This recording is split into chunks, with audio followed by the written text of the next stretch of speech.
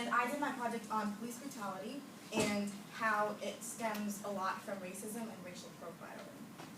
And the picture that I chose in the background, by the way, was of a hashtag that started in March that the NYPD told people to tweet pictures of themselves with members of the NYPD, and it ends up being this whole drama storm of people tweeting pictures of police brutality in action and videos, and people got very, very upset over it, and the same thing happened in LA. And I believe that endorsing racial profiling is endorsing racism and police brutality, because racial profiling is basically when police decide to stop someone just because of their race. And that is their main motivation for pulling them over, searching them, and basically violating their privacy.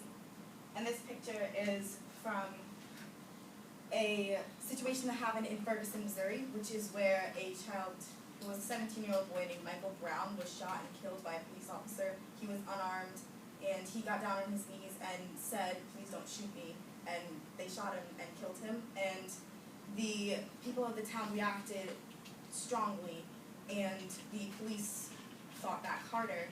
And when citizens tried to protest, police officers came in with tear gas and did throw tear gas bombs at them. And this was based off of a photograph of a man who threw one of the tear gas canisters back to the police.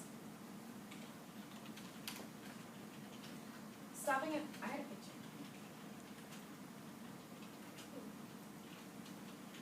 Stopping and frisking is something that happens often in many cities, specifically in New York mostly. And frisking is a random search of mostly a vehicle for weapons or drugs. I wanted you guys to know that because it ties into the statistics that I will tell you next. And it does violate your Fourth Amendment right against search and seizure because it is an unwarranted search of a vehicle for no other reason than suspicion.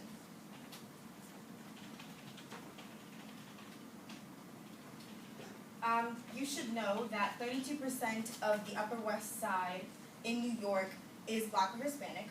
28% of the population in Brooklyn Heights are Black or Hispanic, and 87% of the 7,400,000 people that were stopped last year in New York were Black or Hispanic. And 88% of them were found completely innocent of anything. And this is just the ones that were recorded. A lot of police officers in New York have admitted to not filing their reports after stopping and frisking someone, even though that is what they're supposed to do. They're supposed to be filing their paperwork and doing their whole job, but they'll often just stop someone, and if there's nothing that they find, then since they don't have to press charges, they don't feel the need to file paperwork. So this is just statistics based on what we could collect because of the fact that not everyone does give the information. And I know that everyone is very tired of hearing people play the race card and saying that everyone's just complaining about race. But imagine how exhausting it is to live that. Like, honestly, there are people who are successful, who are colored, and have trouble in their everyday lives because of the fact that they are colored. No matter what your profession is, you could be a heart surgeon and have a terrible time trying to get a cab in the morning to go to work because of the fact that you're Black.